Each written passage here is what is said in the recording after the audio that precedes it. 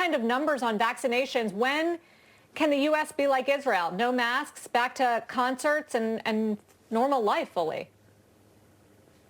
I think things are going to feel pretty normal as we get towards the end of this month into June. You're seeing a rapidly improving picture around the country. There's parts of the country where you're still seeing a rise in cases. Oregon, Colorado still has a lot of cases, but pretty much the infection levels are coming down all around the country. Prevalence is declining.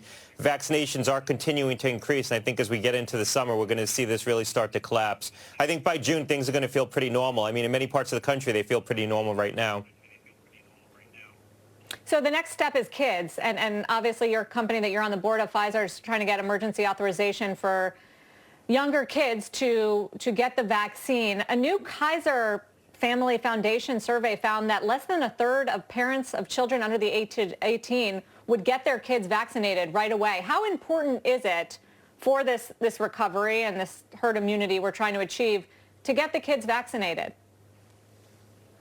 Well, it matters, but the most important thing in terms of protecting children is getting the adults vaccinated. What we saw in the data out of Israel is as you got higher vaccination levels among the adults and the virus started to dissipate in the adult population, it also started to dissipate in children as well. Prevalence declined very sharply in kids. I think if Pfizer does get the authorization for 12 to 15, I think you'll pick up probably about 5 million kids. There's 17 million kids in this country aged 12 to 15. I think maybe as we head into school, we'll pick up another 5 million. We were never going to pick up the full 17 million, but I think parents will vaccinate kids. I think that there'll be some parents that do it initially. I think there'll be others that do it as we head into the school year. So we'll get a lot of the kids vaccinated.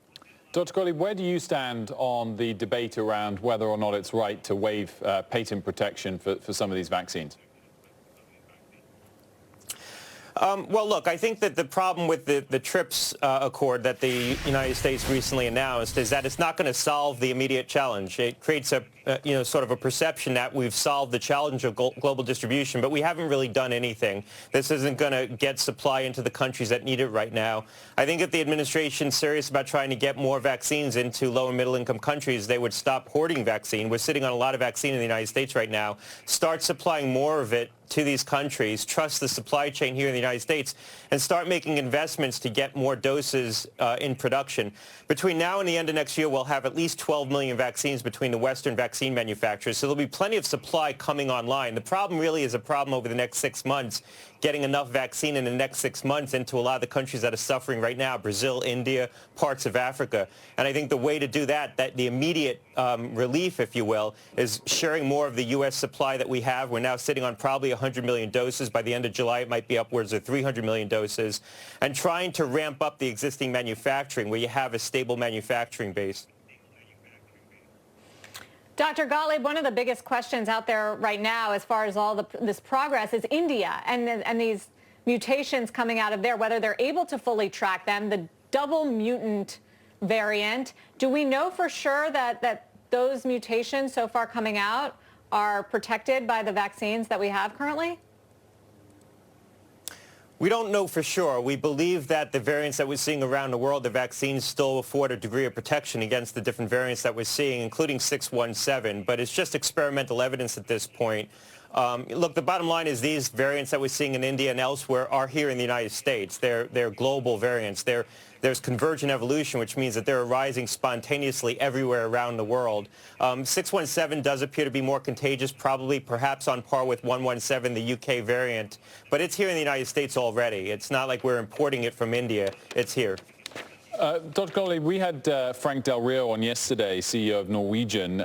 He was incredibly critical of the CDC's new rules and guidance for cruising. He called them absurd, and he said it was unlikely to see cruises set sail from the US in July or August. Do you think that these rules are a little unfair on the industry, and why would they be different, say, from the FAA's rules as it applies to air travel? And I'm advising Norwegian. I'm working with the cruise industry to try to help them on some of the public health measures that they put in place on the ships. Look, I think the CDC has consistently viewed the cruise ships as a different kind of environment.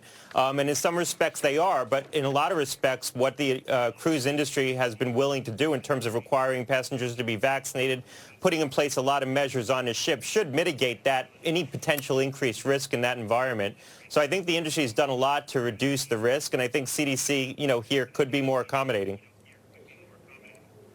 Yeah, you've made that point a lot lately. Dr. Gottlieb, just wanted to ask you about a tweet that you sent out that was a Medium article that was looking at the possibility that COVID-19 originated in a lab, which has been a theory out there. The WHO doesn't agree with it, but the article was about this. It doesn't confirm, we read the long article. It doesn't confirm that that's what happened, but the fact that you tweeted it, is that something that you think needs more attention, and you think this theory has some more credibility than maybe originally thought?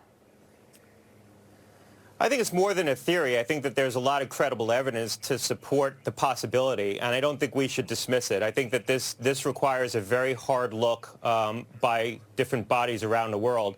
And you've seen a lot of virologists, you've seen a lot of authoritative groups dismiss it without taking a hard look at it. And all the accumulating evidence, I think, continues to support the possibility that this did come out of a lab. And it wasn't deliberately manipulated into something that was engineered to be a weapon, but it could have been something that, as it got adapted for experimentation inside a laboratory, got more humanized, got more likely to infect the human population.